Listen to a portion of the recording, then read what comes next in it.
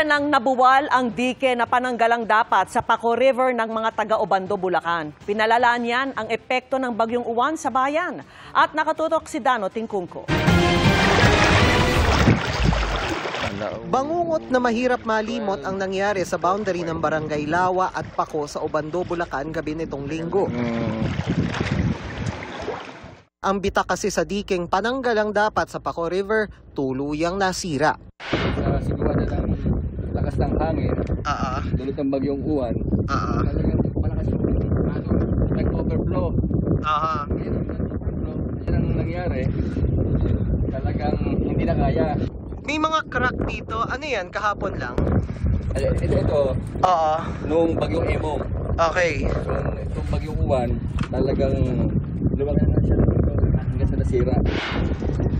130 hanggang 150 meters ang haba ng dike na tuluyang nabuwal matapos ang bagyo. Maaraw na ngayong hapon nang balikan namin ang dike, pero bakas pa rin ang pinsalang iniwan ng bagyo. Hindi lang sa dike, kundi sa mga bahay na binaha.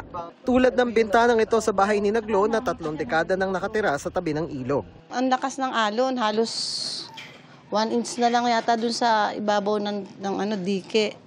Tapos ang lakas ng hampas. Sunod-sunod yun halos nananalaytay na lagi dito Tumama pa nga sa bintana namin, nabasag yung bintana sa lakas ng impact. Pagka naman, walang bagyo, normal na, parang nakatira din sa may karsada. Ngayon lang nangyari yan.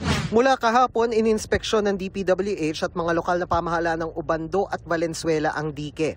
Ayon sa alkalde ng Obando, naglaan na sila at ang city government ng Valenzuela ng pondo para ayusin ang dike. Hindi niya bababa sa 25 million pesos ang kailangan para lang sa sheet pile na unang ilalagay sa nasirang bahagi nito.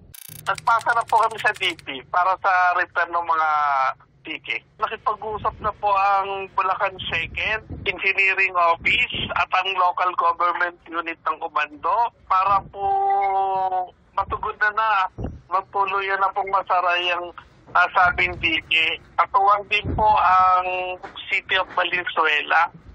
Para sa GMA Integrated News, Dano Tingkungko, nakatutok 24 oras.